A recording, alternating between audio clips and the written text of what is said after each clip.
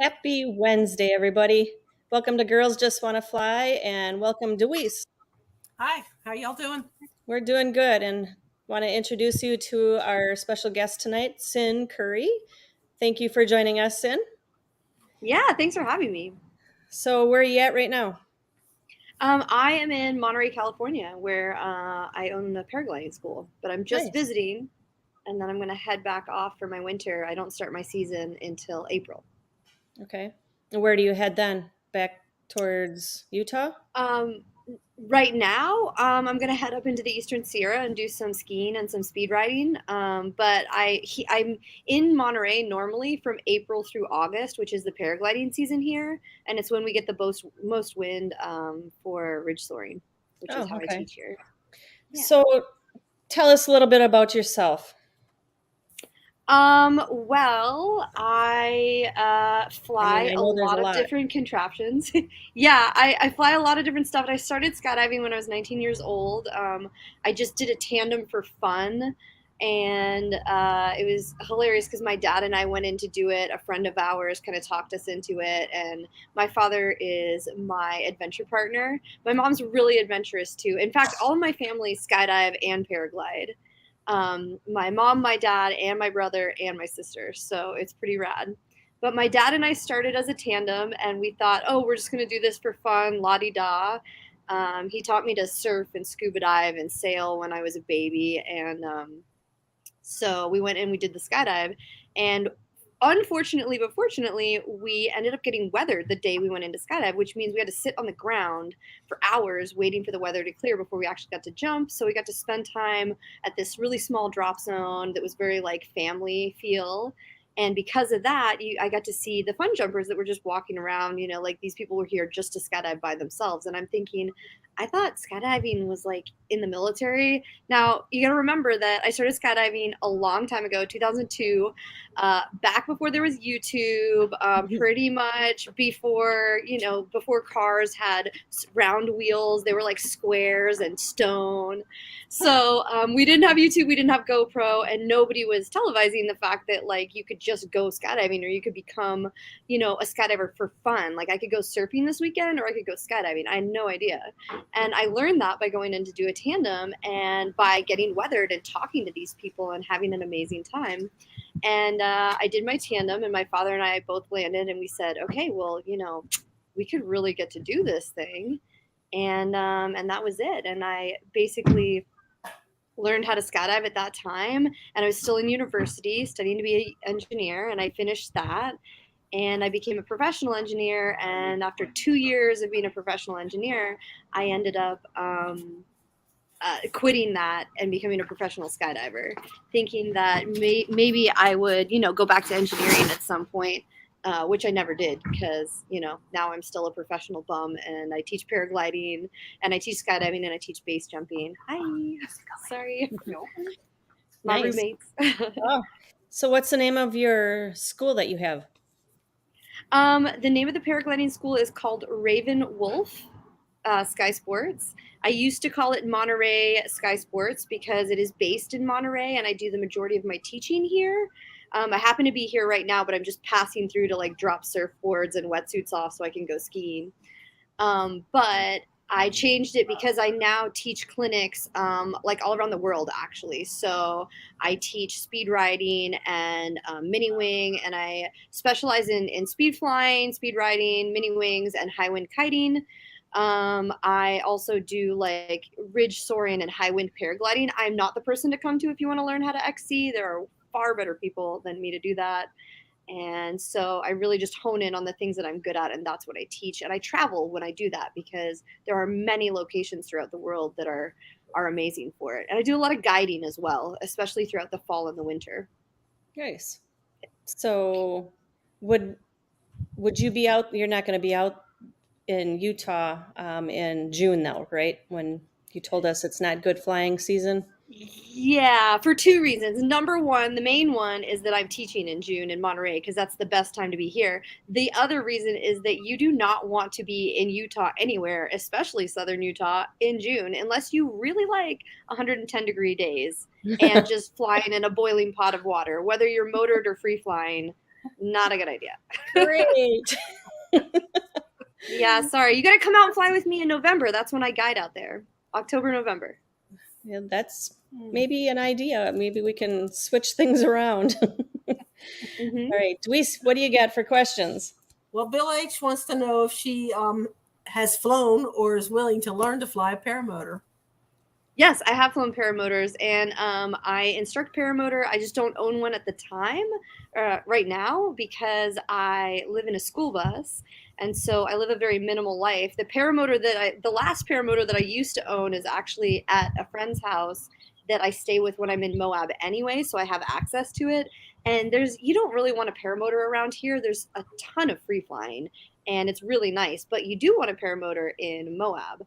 I just recently last summer was rocking back and forth between buying another paramotor with a bigger engine. Like I wanted to buy a beefier motor so I could do tandems and just fly anywhere, or buy a motorcycle. And I got a motorcycle, but this year maybe I'll get a paramotor.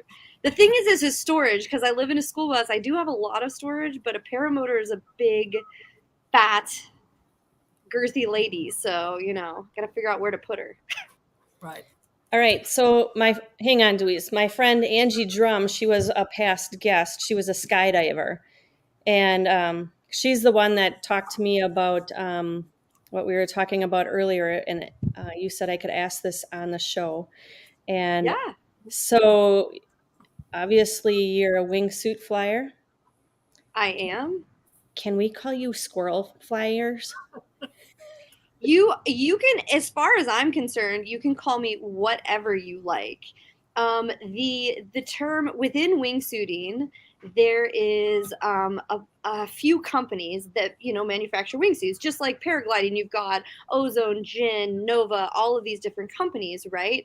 Well, within wingsuiting, the two biggest companies are Phoenix Fly and Squirrel. Now, Squirrel is actually, God, I might be aging myself here. I was going to say it's actually a relatively new company, but it isn't. I think it's been around for about a decade now. But I've been wingsuiting for almost 2 decades. So I remember when Squirrel began as a business and a company, and their wingsuits are really good wingsuits. But what they actually did almost better than their wingsuits, at least when they started, was both Matt and Mike are really good at marketing. They both used to work for Ozone, and Matt Gerdes was the main importer for Ozone at the time when they started the business. I think he might still be. But he had been marketing in air sports for a really long time, and he understood the importance of a name.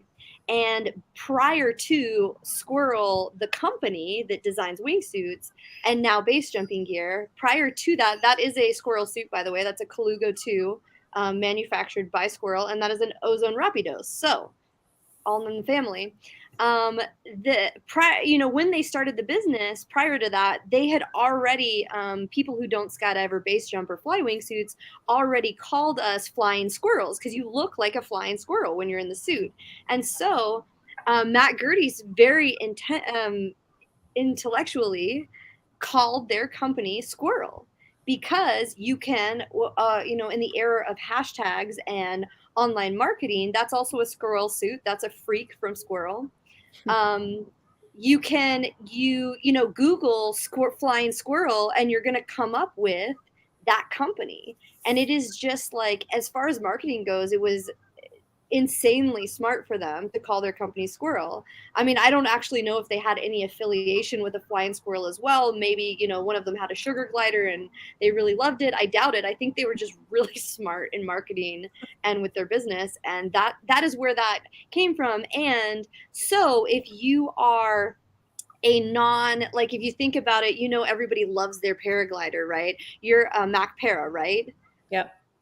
So you think about your Mac Para, you love your Mac Para, and maybe you're sitting around the campfire and there's somebody with their Ozone wing and they're like, Ozone's the best in the market. And you're like, no, they're not. Mac Para is. So if you talk to a Phoenix Fly pilot who predominantly flies Phoenix Fly, or a Tony Suits wingsuit pilot, they're going to be like, I am not a squirrel suit flyer. But in reality, I don't have a huge affinity to Squirrel. I do like their wingsuits. They're a phenomenal company. Their wingsuits are at the top of the line. I prefer to fly them, but I don't, I'm not an athlete of theirs. I'm not pushing their stuff. I'm go out there and fly them all, figure out which one you want. But they're just smart with their marketing, and it doesn't matter, because in the end, when you Google squirrel suits, you're going to come up with all of them as well. You're going to come up with squirrel, but phoenix fly is going to come up as well, and so is my videos, and so is, whether I'm wearing a squirrel suit or not. That term is just a term for people who don't know it's called wingsuit. They call it a squirrel suit because, not everybody knows what a paramotor means. In fact, I mean, this is I own a flight school, I own a paragliding flight school. Constantly, I can't tell you, like 70% of people who call me for a paragliding tandem call me and ask me, do I have parasailing? And do you know what my answer is? Absolutely. You come in, I'll take you parasailing, you give me your money, we will go do the thing. Because they don't know what they're saying. It's just a word that they're associating with the photo that's on Oh, my right. website, Yeah. And so it doesn't matter. And when I do SEO on my website, because I am the owner, the receptionist, the accountant, the head web designer, and the lead instructor of Raven Wolf Fly Sports, when I go into my website and I do the design work, I use hashtag and code word parasailing all over my website, because if you're Googling parasailing in Monterey, there is no actual parasailing. There's just me, and it's paragliding. And I don't care what you call it, as long as you pay me $250 to do it. Nice. All right. So Will Fly in the chat's got a question. How long does a typical wingsuit flight last? depends on how high you go. Are you talking about base jumping? It can be anywhere from 20 seconds to minutes long. Yeah, so If you're like the jumping one out you of an just posted the airplane, other day was like probably a couple a minute. minutes. Yeah. Yeah. Yeah, Okay. yeah. And it just depends on the altitude and what your glide ratio is. A wingsuit has a glide ratio just like a paraglider does. It's not as obviously not as good as a paraglider. It's closer to, like speed wings and a very steep. But but it does glide, and so you can stay up longer than if you were just in free fall. All right. There was a question. Everybody wants to know who your baby is that's laying next to you there. Oh, DeFurry, he's my boyfriend, and his name is Rowan, and he is the wolf of Raven Wolf Sky Sports. And he is the head paraglider chaser and land shark of Raven Wolf Sky Sports. So if you come out and fly with us at the dunes, he will be avidly underneath you, just so excited. Hmm, nice. Wendy the Explorer, she wants to know if you've ever gotten to fly in Alaska. If so, what part of Alaska? She is so fascinated. She says you're fascinating to listen to. Oh, thank you so much. I've not flown in Alaska yet. I really, really want to. I have a few friends up there who both paraglide and wingsuit base jump and fly the bush planes and everything. And so I do want to go up there. I have been to Alaska, but I've not flown any nylon up there yet because it is such a trek. And I also think I kind of want to live in Alaska. So I'm a little nervous to go up there because I might not come back. All right. Bill H says he's never going to fly in a wingsuit. He said you could borrow his paramotor too. I think I saw earlier in the chat. Oh, Um, nice. Well, thanks. Angela says, "Hey, beautiful friends, never ever going to fly a wingsuit. Sin, you're brave." Well, thanks, but it took a lot of training and a lot of just time in the sport of skydiving and flying a wingsuit a lot out of an airplane, and then separately base jumping, learning to base jump, learning to successfully do that without the wingsuit, doing tracking, which is flying the kind of the body position and still trying to get away from an object without having the straight jacket of a wingsuit on. It really restricts your movements, and there's a lot of material in between your hand and the pilot chute, which deploys the parachute. So it makes it a lot more dangerous. So you really want to make sure that you have all of the movements down, a really good understanding of the equipment, and you want to have a lot of time in base jumping and separately a lot of time in wingsuit skydiving before you ever try and put a wingsuit on, because it is very dangerous. Yeah. Do you know a Mark J?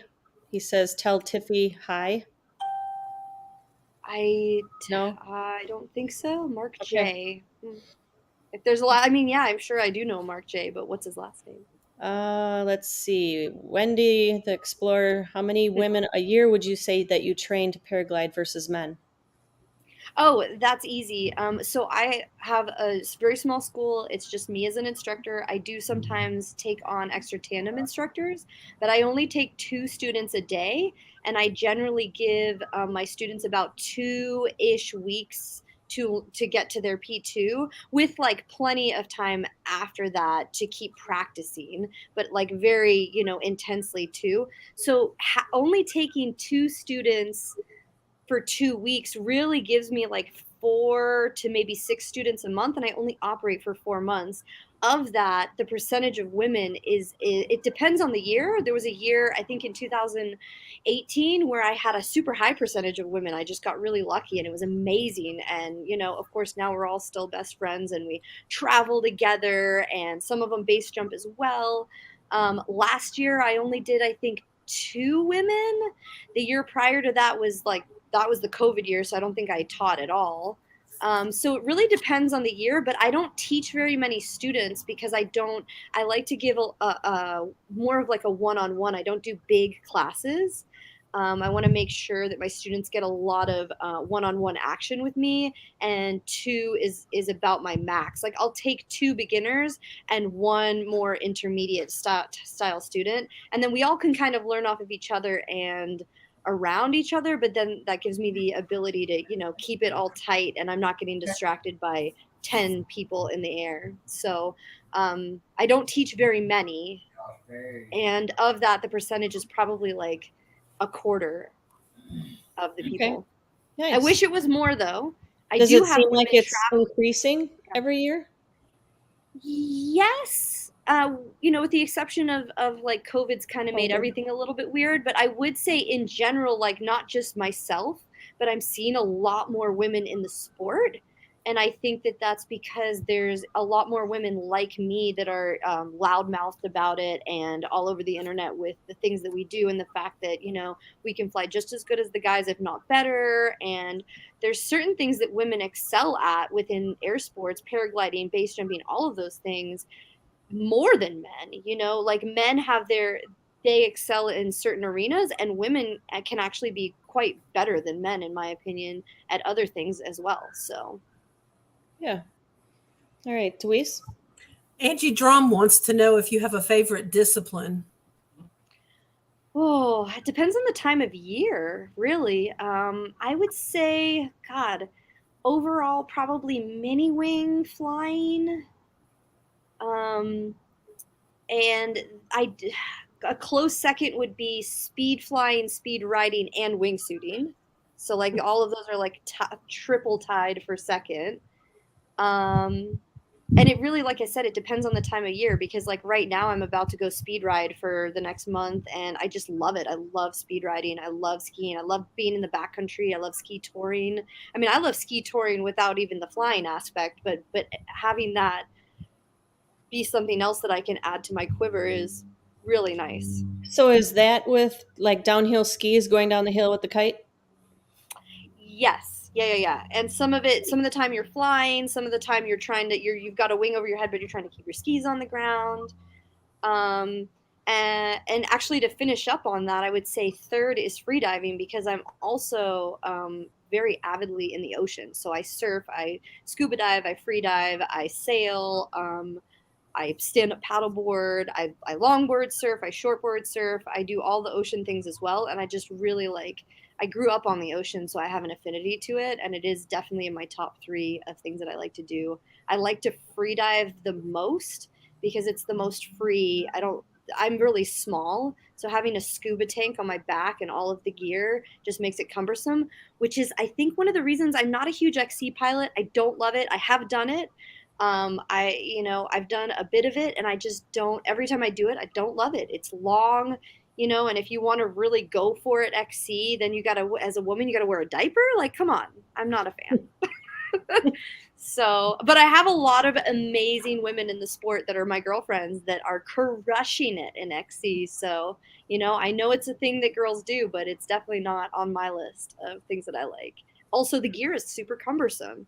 I don't love Right. seatboard harnesses. I rarely fly with a reserve because I'm never far enough off the ground. I do have a terrain problem. I like to be close to the train. So, All right. Mad Sloper is asking, what does she think about the single skin paragliding wing for ridge soaring the beaches? What's the um, typical conditions you can fly single skin paragliding wings? well, you can totally fly a single skin at the beach, but those wings are made to fly like stable, and they're made to fly off of a mountain in really gnarly thermic conditions. So most of them are ENA gliders, and they're really slow and stable and great wings for flying off of a mountain, but they're not ideal at the dunes because uh, they're at the sand dune. The whole point of flying at the sand dunes is you have a lot of wind. You're flying in very high wind, and you don't really want to be on a slow glider. In fact, the majority. Oh, sorry, it looked like I froze.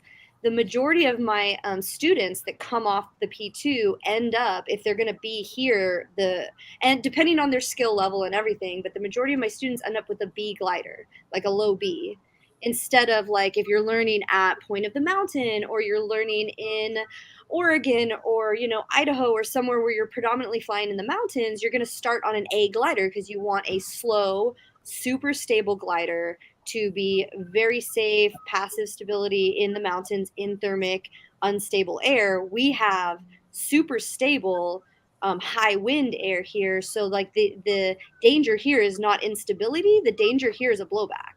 And to get yourself out of a blowback, you want to have a little bit more speed than like you can take the hit for stability in making sure that you have the speed. Can you sit down, please?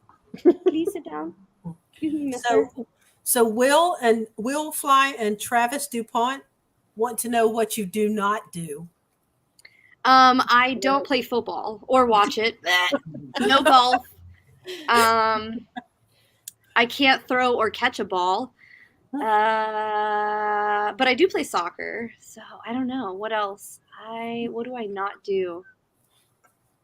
I cannot play the violin. Oh, okay. Well, dang. But I do play trombone. I play trombone and trumpet in a jazz band in San Francisco. Oh my gosh. Yeah, I'm a weirdo. I'm a total geek. I'm an engineer that plays trombone, and I fly all of the nylon. Close to the ground. The most dangerous thing. That's what I do. So dumb. So Angela's asking, so you obviously did extreme sports when you were younger. I know you touched on Yeah. that a little bit with your family, right? Yeah, my dad had me surfing and scuba diving and free diving when I was just a puppy. And then my mom is from Germany and she does all the snow sports, so she got us skiing when we were young. And then of course I had to do snowboarding because I wanted to be the cool guy. So yeah, I've done. I mean, I don't view those as extreme, but they are extreme. You could hit a tree and stuff. Yep. Can I help you? So Landon Dernberg, he says, Oh yeah. wish I could fly like a girl. Sin is a magical Oh. creature, and I trust her with my life without any questions. God, I love Landon so much. Can Thanks I for joining just tonight, tell Landon. you? Can I tell you why I love Landon? Yeah. I'm gonna try and make this short. I built a school bus into an RV. First of all, Landon, there's many reasons why I love Landon, but the main reason I love Landon is I built a school bus into an RV by myself in Arizona in 2018, and almost every single day so I planned it because I'm an engineer, I'm a weirdo. I planned it, I found the school bus, and it took me 6 weeks to build it out, which is actually a really short amount of time, but it's because I took the entire time off. I wasn't working, and I worked every day from sunrise, like 6 o'clock in the morning, until sunset, when I couldn't operate a drill anymore because of the sound ordinance in the place I was working. And bless Landon's heart, that man came by every day, every single day, with like a can of beer, or, you know, like made me drink a glass of wine. He made me sit down Yes. and just bask in the amazingness that was, you know, what I had worked on that day, and whether I was tired or cranky, or, you know, on my period and I didn't want to, and sometimes I was like bloody and sweaty because I drilled a hole through my freaking hand. But he was just there. He was just there to like love and support me emotionally. And the biggest thing that I can tell you is Landon's, obviously he's a man, and Landon, I'm telling the story here. Landon can absolutely build out a school bus. He's a diesel mechanic. He's an epic motocross rider. He's also a paraglider, base jumper, all of the things. Kind of wingsuiter. We'll touch on that later. Love you.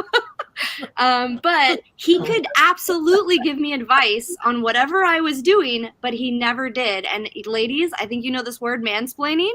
He never did. He just came by and was like, you know what? Why don't you sit down with me? Let's watch this sunset, and what did you do today? Tell me about what you did on the bus. And I'm like, and in that moment, probably didn't quite understand how absolutely lovely and how much I needed that, but wow. Yeah. And That's now gotta he's work. like one of my best friends, and he is absolutely gold. Nice. Well, thanks for joining, Landon. All right. Bill H., have you been to any paramotor fly-ins? Yeah, I've been to the flying circus, and I am going to the flying circus. So I'll be there in a week, next week, 2 weeks from now. There's a butthole. Sorry. I think there's a couple of our guys in the group that may be going to that also. Oh, good. Well, I'll be going without a motor, so if somebody has a motor I could borrow. There you My go. motor will be stuck. Oh, also sidebar on Landon. Landon has sent me multiple women of his girlfriends to teach to paraglide. So Landon is the reason that I have, you know, some of the girls that I do. And I kind of taught him to paraglide. Nice. Go for it, Dweese. Angie Drum wants to know, where is one place you'd like to fly, any style, across the world that you haven't yet? Nepal. Oh, Yeah, even though it's XC and it's not my favorite, I've been drooling over it for a while, and I'd really like to do an SIV in Nepal. I know that Dylan does one out there, and it's just really beautiful. And I think, you know, you can do para-hawking out there, which is amazing. Plus, just India in general and that whole area is super enticing, and I've never been there. I've flown in Thailand, highly recommend. Vietnam's amazing as well, but I think Nepal would probably be on the top of the list of places. And very close second would be my home country of South Africa. So I would really like to fly there. I have not flown or base jumped there, and I would absolutely love to go and fly and base jump there. Nice. All right. Will Fly, behave. He says he's got to ask, would you ever take your doggy up for a flight? And I'm going to ask this because there's been some controversy with me taking my dog up. Oh, I've totally taken him up. He loves to fly. I've got videos all over my website. In fact, he, like, when I'm kiting on the dunes, he tries to jump in my lap before I take off. He loves to fly. He doesn't, so I have a really nice harness for him. It's very comfortable. He doesn't like to fly for long periods of time.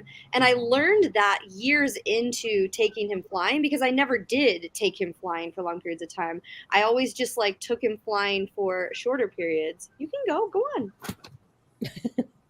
So I would take him flying for, like, 10 minutes here, or maybe 15 minutes at the dunes. And mainly I did that for hike and flies. Obviously I can take him at the dunes whenever I want, but I don't want to. It's not fun for me to fly with him because I can't do anything. I just fly straight and super stable when I'm with him. And I also fly with one of my student gliders because of the weight ratio.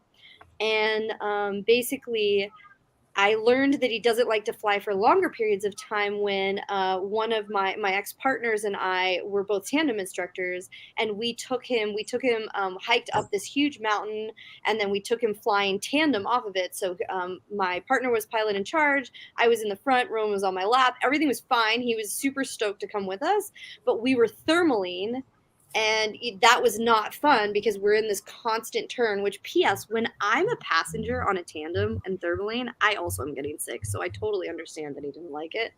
But after about 40 minutes, he was like squirming, and so we immediately, like, got out of the thermal and went down and landed, and I was happy too because I was not into it anymore either.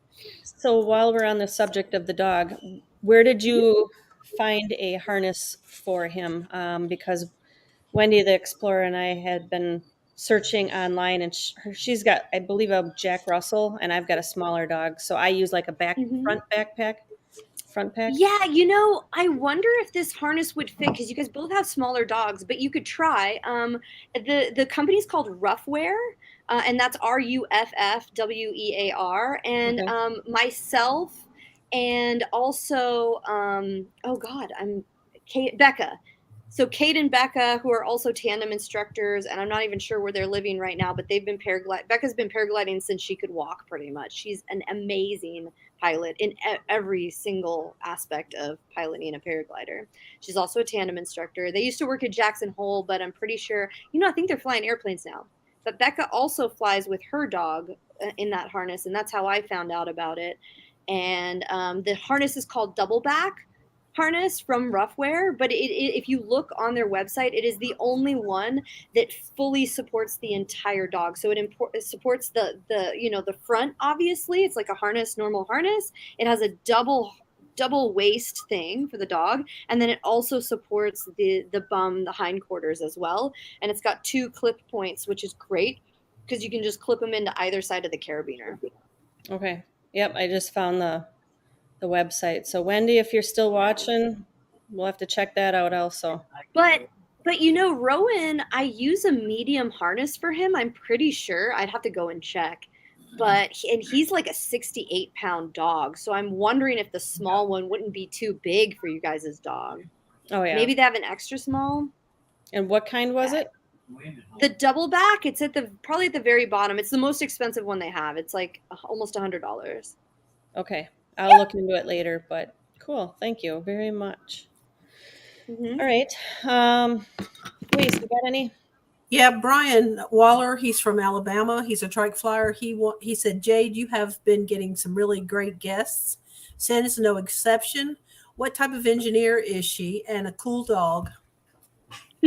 Thank you. Sorry about using my phone. I was just asking my partner to grab Rowan because he's out wandering in the front yard and there's deer where we live. I am a marine engineer, so my degree's in ocean engineering, but it's basically mechanical and electrical, but under the water. And my focus for my graduate work was underwater acoustics and signal processing. And the company I worked for made underwater sonar systems, which are like side scan, sub bottom profiling, things like that. So yeah, and the mechanical and the electrical really helped me with the build out of the school bus because I don't know where he is. Oh, he's behind you. Sorry, making sure we don't run away with the Right. deers. Thanks. All right. Travis DuPont wants to know, all three of us, lift your glass. Luis, got your glass? Sin? What's in your He wants to know if you've got Red Bull. I've got wine. Red Bull Yeah. gives you wings. I could have Red Bull. Normally, I like to drink a bourbon whiskey with a little bit of ice, but today I have a Trader Joe's Sauvignon Blanc out of the box because I'm classy like that. That is perfectly fine. And I'm drinking my own homemade wine. Oh, I have no idea. Some kind of white wine. Yep. I think this is the apple. That's why I'm having a little bit harder time getting that one down. So Mark McElroy says, great I still show. have some white wine left from Moonshiners. Oh, well, pack it up in the camper and bring it down to the next fly-in. bring it to Georgia, huh? Yep. All right, you guys got any questions? I Yep, think Matt I do Sloper's have. got one. Oh, Matt Sloper says, does she ridge soar anywhere else besides Sand City? Oh, absolutely. I've ridge soared all over the world. I've ridge soared at Makapu on Oahu, which I highly recommend. I've ridge soared the North Shore on a 9 meter. Woo wee!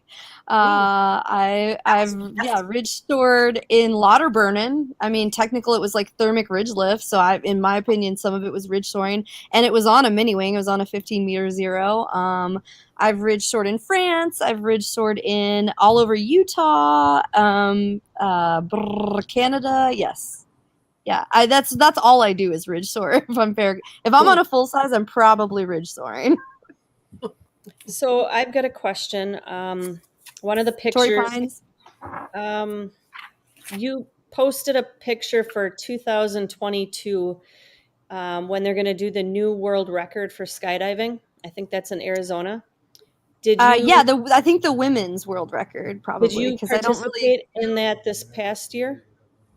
No, well, we haven't done it in I think God like 2 years now because of COVID. Oh, I thought they did do So it in Arizona. n- no. I think what you saw was we are going to do it in November of this year. Oh, So okay. we're going to do it where it's rescheduled. So it was scheduled for July, I think, of 2020, and then COVID just ruined that entire year. So now we've got it rescheduled for November of what 2022 we're in now. I don't even know. Yeah, I don't remember what it was. Okay, I thought they did one like this summer, and then you guys were going to push out another one to try to No, beat that one. no, we haven't. We haven't had a world record since way before COVID, basically, and I haven't been on a world record in like a decade because Are they you just gonna got really big.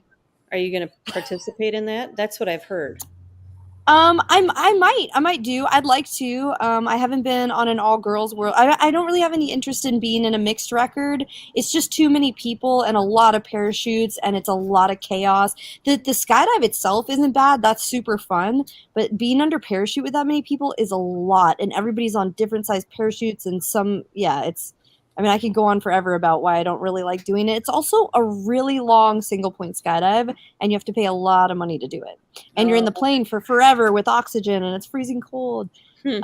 And most of them are in Chicago, and although that is a fantastic drop zone, I don't like it because of the Hmm. temp. It's just humid and muggy and blech. But the drop zone itself is fantastic.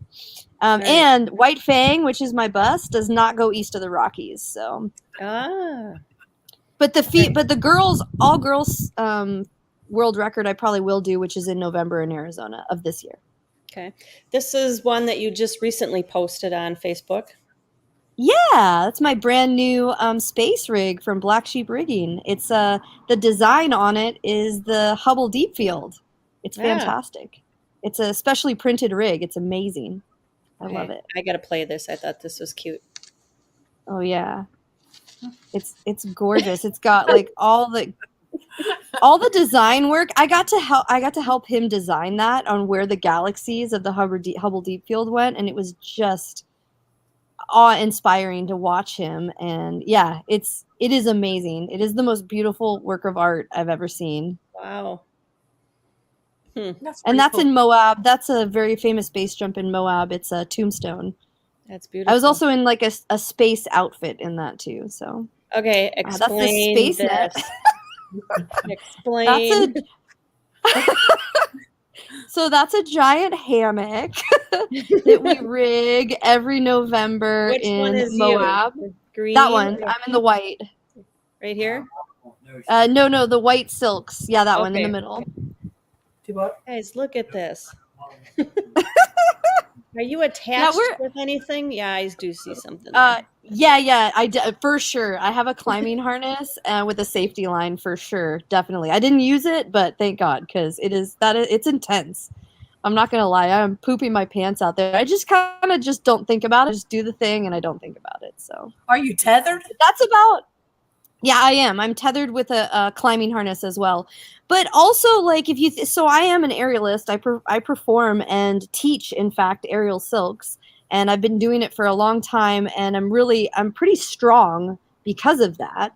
And I've never fallen off my silks. I mean, knock on wood, I have intentionally fallen off my silks with base jumping, but I have never fallen off my silks unintentionally. So in theory, I should be able to do that without a safety, but my brain will not allow that. So yeah, and I still haven't fallen. I mean, if I fell right there, I would be fine because I had a climbing harness and a rope attached to me. But yeah, they stay attached.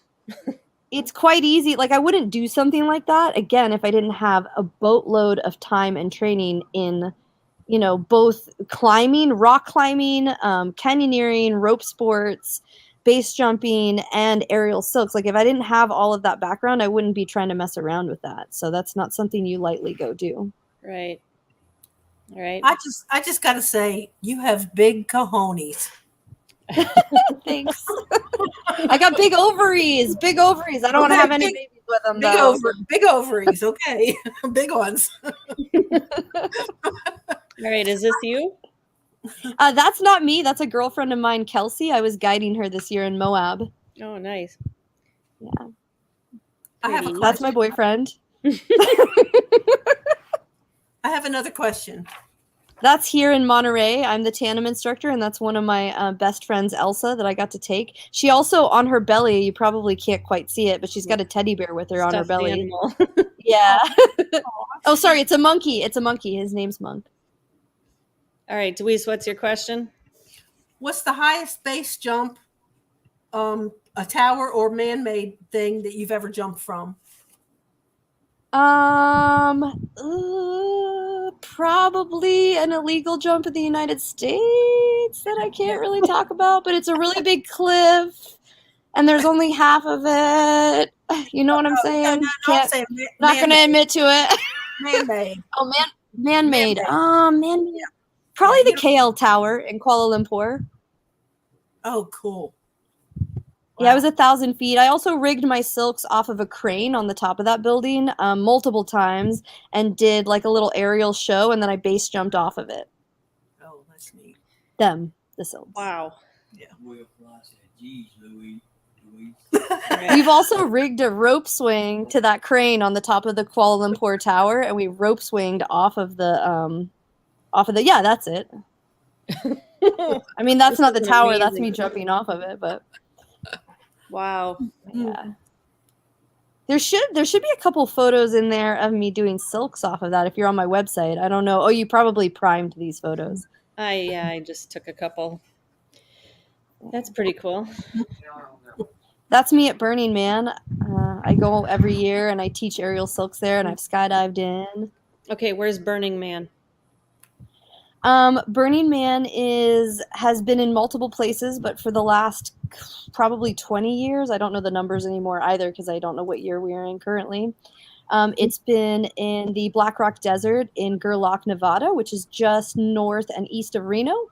It's a huge gathering of people. It's been up to like, I think 70, even 80,000 people. But for the past 2 years, because of COVID, it's been really small, but still happening. And yeah, it's a gathering of humans that want to live in a community, and we create a town and everything you would need for a town. There's a post office. You can buy ice. There's streets and order and rangers and like our own police system, and it's really amazing. And if you've never gone, I highly recommend going either to Burning Man itself, which is still, we're not sure if it's going to be happening because of the current state of the world, but there are regional burns you can go to in your area. You just look up regional burn of wherever you're living and you can go and participate. And it's got kind of a 10 commandments of the city, which is like radical self-reliance and radical inclusion and all of it's just got a really beautiful idea and energy to it. And I highly recommend Googling it. And yes, I dance with fire there. I'm also an aerialist, so I do aerial there. And usually, people go and they gift things, and my gift is usually performance and also lessons. I teach aerial and I teach dancing and movement and things like that. So okay, I have a little video here. Yeah, that's our regional burn. I don't know how to get that off. Oh, there. I just did a little short clip of that. No, that's fine. That's our regional burn here in Monterey. So that's not even at Burning Man. That's just the group of local people that get together in between San Francisco and LA that want to come to our regional area and all kind of hang out and share our lives with. So it's really beautiful, and it's changed my life. Since the first time I went until now, it has made me who I am today. It's made me be able to live in a school bus currently full time, and probably added to my ability to run a business and things like that. Obviously, like everything that I've done in my life has added up to this, but I can't speak of Burning Man more. It's such a positive influence. Right. Okay, I've got a couple more pictures here I wanted to share.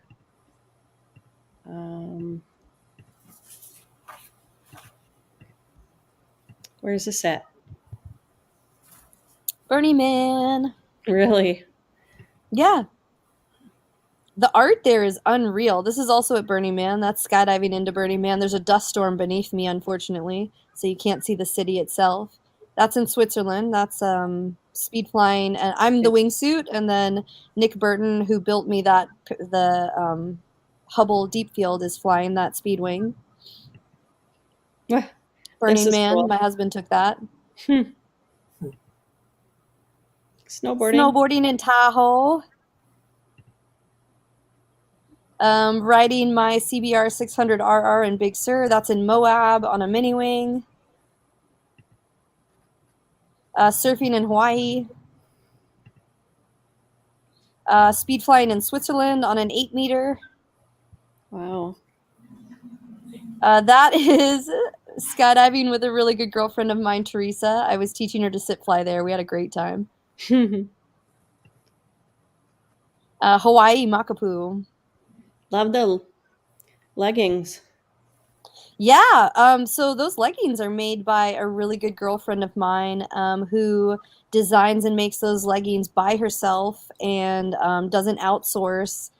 She's based out of Canada. She's a one-woman shop as well, and it's called Be Wild Her, BEWILDHER, and I only wear her leggings right now. She does sponsor me, so I get a really good deal. She gives me a couple free things a year. Nice. But I also purchase her leggings to support her because she makes really good quality clothing, and she puts all of her love, blood, sweat, and tears into it as well. Her name's Nadine. She's fantastic. Nice. That's in Monterey here. Oh, wow. Beautiful. Yeah, the sand dunes are right under my butt in that photo. That is in Southern California. I was doing silks under a parachute above Skydive Paris, California. That is crazy. And yeah, that is a partner of mine. We've done a few stunts together. He helped me rig the silks to the Kuala Lumpur Tower. And yeah, that was amazing. That's at about 10,000 feet probably, where we were just flying together. And then I dropped off and opened a parachute, and he landed the parachute. That's at Burning Man. Burning Man. That's cool. Monterey, with the dunes directly behind me. You can fly 7 miles of dunes there, by the way. So like from basically my entire splits, you can fly that. And it's 7 miles, and you can go back and forth and back and forth and back and forth. Wow.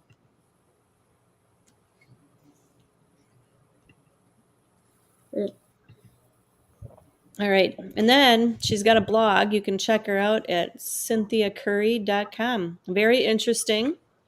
She's got a lot of pictures in there and a lot about herself. So if you guys want to take a look at it, go for it. I see a question. Can I answer a question really quick? Go for it. Somebody asked me if I've ever been injured and how bad. Yes, I have. I have been injured multiple times because I've been doing this, and I do it really hard. I have a really interesting chemistry for a woman. I have really high testosterone for a woman, which makes me charge really hard at the sports that I do. And it's just funny because I've always been like that. And then I got like a blood panel for some other thing that was ailing me, and that came back, and my mom kind of laughed at it, and she's like, well, that explains, why you were like that your whole life. But because I charge so hard and I tend to push the envelope more like a man, like I charge at the sports very masculinely. I have injured myself. I've also gotten really lucky in that there's been times where I've done something and immediately have just been like, holy shit, that could have been so bad. And I like skidded by with the grace of, a hair on that one, and I didn't injure myself. But I have cracked my pelvis paragliding. I was on a mini wing here at the sand dunes on a crosswind day. It was cross from the south, and I was just getting really close to the terrain and just whipping wing overs on my 15 meter. And I was in a bit of a half pipe basically, and the wind was coming across. The wind was coming obviously, for off the ocean enough that I was getting lift, but it was also coming across the half pipe to the point where, like, when I got in the wind shadow of that side of the half pipe, as my wing got in the wind shadow, I lost half of the wing. I was also probably sloppily doing a wing over as well, I will admit. But I lost half of the wing, and as I lost half of the wing, my body rotated under, and then it reinflated. But sorry, the camera's backwards to what I'm doing.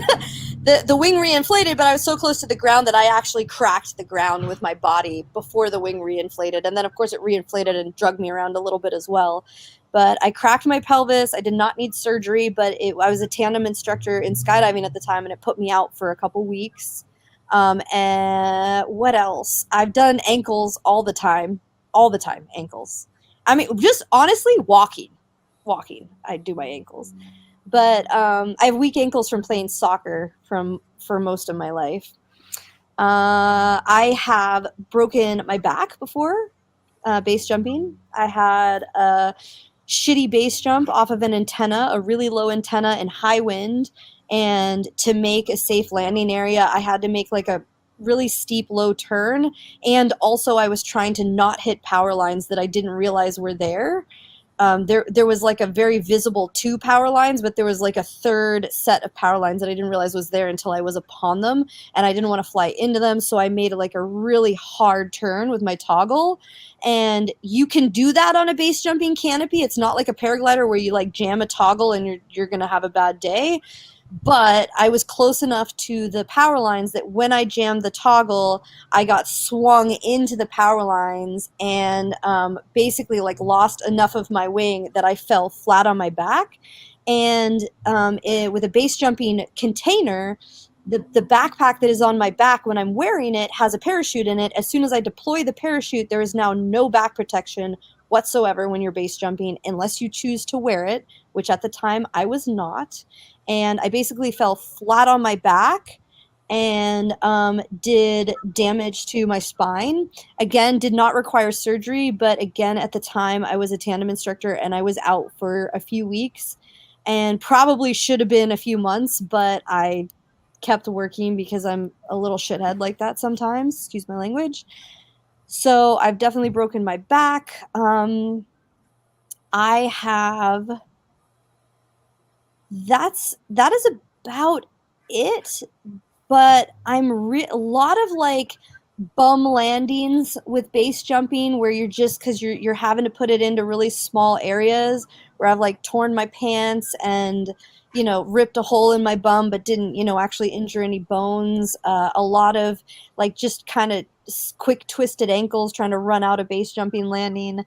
The base jumping canopy is designed to open very efficiently on heading so that you don't like you're jumping away from an object and you're opening away from the object, and that is what it's designed for, and it generally does a really good job of that. However, when you go to flare it if you're a paraglider and you ever base jump, or if you do both, you're going to understand what I'm saying. When you flare a base jumping canopy compared to a paraglider or a speedwing, it flares like a sack of potatoes. So if you can only imagine trying to land a sack of potatoes, that is how landing a base jumping canopy is. And you can do it gracefully, but it also can be harsh sometimes. So landing a base jumping canopy has probably been, my mostly small injuries, but yes. And I've That's just great. gotten really lucky because I've definitely done some things. I landed a speedwing in a tree one time off of the Chief. It was an 8 meter. I had no business flying that wing off of that launch, and I decided to do it. And it was a terrible idea. And the tree saved my damn life, is what happened. And I learned a huge lesson. Wow. And I'm Yeah. and I'm happy to talk about it because anything that I go through would be a better lesson for somebody else to make a Exactly. better judgment call. Wow. Yeah. Travis DuPont says, "Holy crap, you've got a guardian angel." I think so too. Yeah, probably 2 or 3 actually. Right. Okay. So you've been saying, and there's some little chit chat in here, that your husband. You've referred a couple times to your husband taking your pictures and stuff. You need to Ex-husband. explain a little bit, just Yeah. a little. So I got married when I was in my mid 20s to an Australian. We were very much in love and happy to be in a relationship, but he also needed to stay in the country because it was impossible for us to date, where we were having to spend thousands of dollars to fly back and forth and back and forth. So we did get married. I got married in my early 20s. I don't regret it at all. It was an amazing chapter of my life. I still love him very much. We, you know, we were married for a few years. We were together for a few years, but we grew apart. And also, without getting into the nitty gritty of the relationship, the biggest thing for me is he wanted babies, and I did not want babies. That has not changed. He now has a beautiful wife and I believe 3 baby daughters. I think she gave birth to the third daughter. I think they have a female dog as well. So he is in a household full of women, and I like he couldn't be more stoked about it. I am sure. I'd be surprised if he was watching this just with the timing because he lives in Western Australia.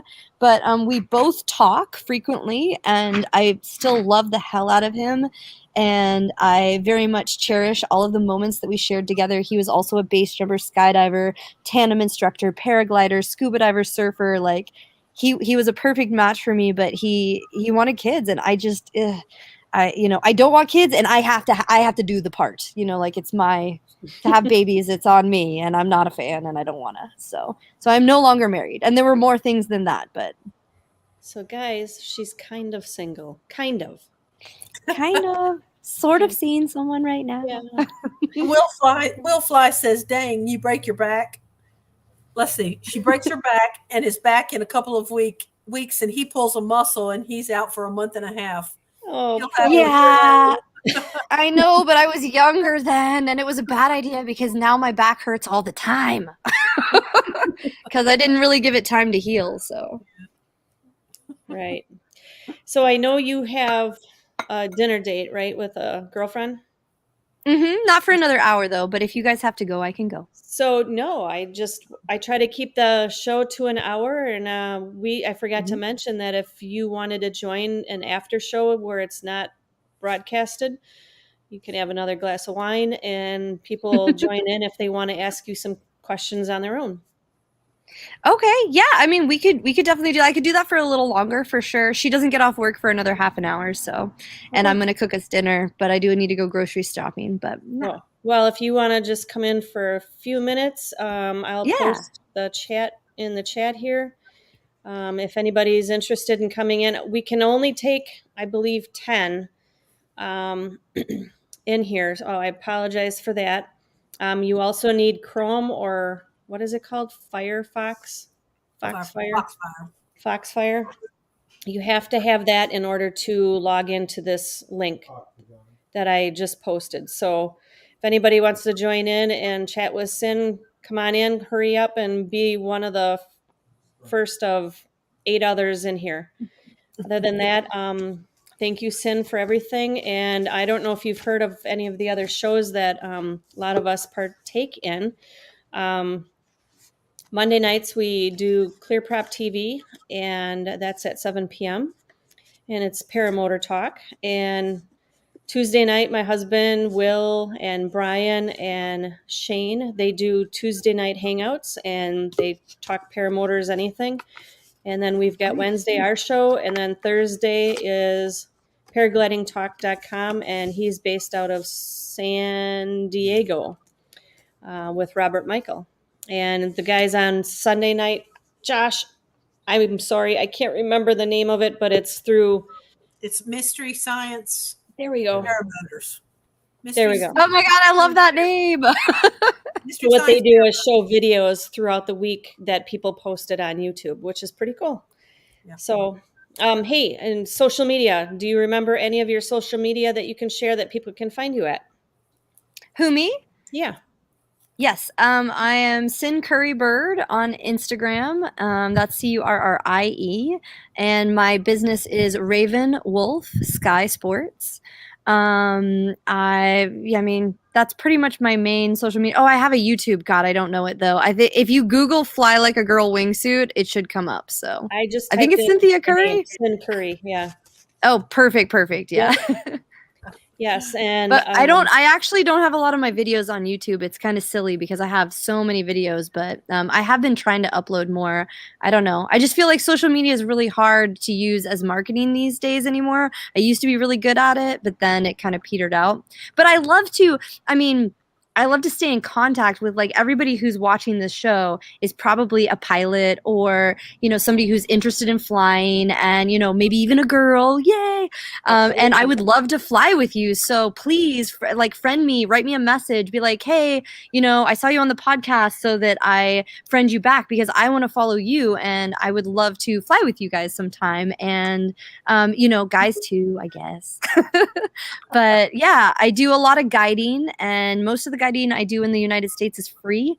I just want to keep you safe. I do site intros for we opened a lot of the sites in Moab, and so we've also installed ropes and like a via ferrata and ways to get there safely. And I don't charge when I'm in Moab. If you want to take me out to dinner, great. But what I'd rather do is fly with people, have a lot of fun, make sure everybody's safe, show you the correct launches, talk to you about the conditions there because it can be, kind of spicy sometimes. So yeah, like friend me and follow me if you want, but more so I like to use Instagram for staying connected with pilots and my friends and things like that. And then people know where I am too. Right. Deweese, you got any social media? Deweese Milstead on Instagram, YouTube, and Facebook. All right. And I'm at paramotorgirl.com on YouTube. Also, I wanted to note if anybody missed the little preview at 5:05 p.m. this afternoon, it's a video of Sins that she had, and I just wanted everybody to see her doing her squirrel wingsuit flying. And so check it out, and please give us a thumbs up and also hit the subscribe button so you can see when we post for next week's show. All right, guys, thank you and see you next week.